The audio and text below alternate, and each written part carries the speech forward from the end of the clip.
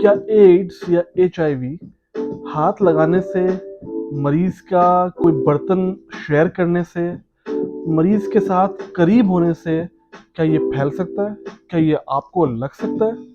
तो आज हम इस बारे में बात करेंगे। हमारे पास मौजूद है डॉक्टर एहसन मुश्तबा।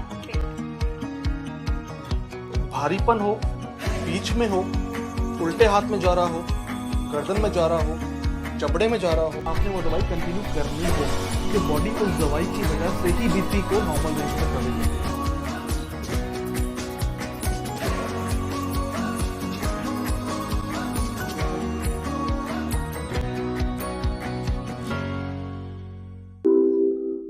अस्सलाम वालेकुम, मेरा नाम डॉक्टर एहसन मुश्तबा बेग है। मैं कार्डियोलॉजिस्ट, मोटिवेशनल स्पीकर और सोशल मीडिया इन्फ्लुएंसर हूँ और कराची पाकिस्तान में प्रैक्टिस करता हूँ।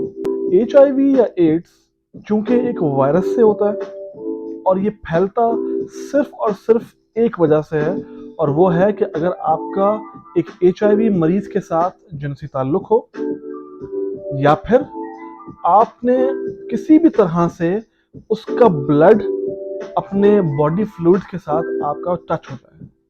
अब वो कैसे हो सकता है? फॉर एग्जाम्पल, अगर आपका लाइफ पार्टनर एचआईवी पॉजिटिव है, आपको नहीं पता, और आपके उनके साथ जिनसी ताल्लुकात हैं, सेक्सुअल रिलेशनशिप्स हैं, तो आपको भी लगने का चांस है।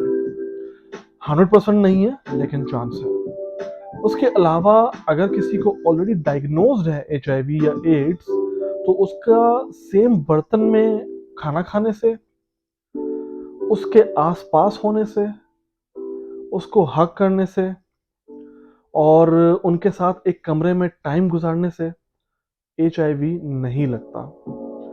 इसको लगने के लिए अगर आपने उसका इस्तेमाल शुदा कोई ब्लेड इस्तेमाल किया जिसपे उसका खून लगा हुआ हो, या उसका खून या कोई जरासीम वहां लगा हुआ हो और आपने इस्तेमाल किया, आपको भी हल्का सा कट लगा और उस कट के थ्रू से वो जरासीम आपके बॉडी में चला गया, तो फिर चांस है कि आपको भी एचआईवी हो जाए।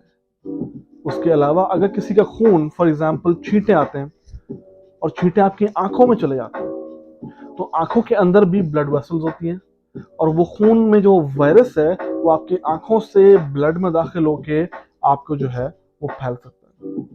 इसके अलावा कोई रीजन नहीं है कि एचआईवी आपको लगे किसी एचआईवी पॉजिटिव मरीज से। मुझे उम्मीद है ये गलत फहमी आपकी दूर हुई होगी। अपना बहुत ख्याल रखें।